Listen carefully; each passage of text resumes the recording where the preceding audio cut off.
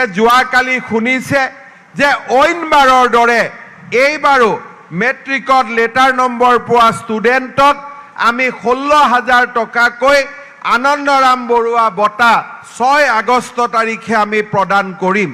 ইয়াৰ লগে লগে প্ৰত্যেক বছৰে যোৱা বছৰ আমি ফাৰ্ষ্ট ডিভিজন হায়াৰ ছেকেণ্ডেৰীত পোৱা ছোৱালীসকলক আমি স্কুটি প্ৰদান কৰিছিলোঁ।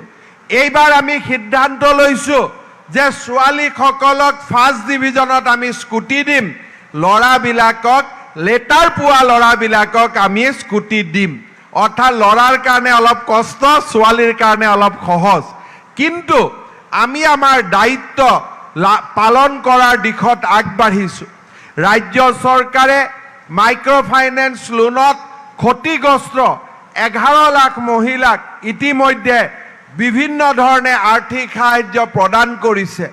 আগষ্ট মাহৰ পৰা আমি মাইক্ৰ' ফাইনেন্সৰ দ্বিতীয় পৰ্যায়ৰ হিতাধিকাৰীসকলকো আমি তেওঁলোকৰ প্ৰাপ্য ধন উভতাই দিয়াৰ প্ৰক্ৰিয়া আৰম্ভ কৰিম আৰু শেষত গৈ তৃতীয় পৰ্যায়ত যিসকলে লোন ঘূৰাই দিব পৰা নাই তেওঁলোকৰ হৈ বেংকত আমি টকা ঘূৰাই দি নো অবজেকশ্যন চাৰ্টিফিকেট আমি আই মাতৃসকলৰ ঘৰে ঘৰে দিয়াৰ আমি ব্যৱস্থা কৰিম।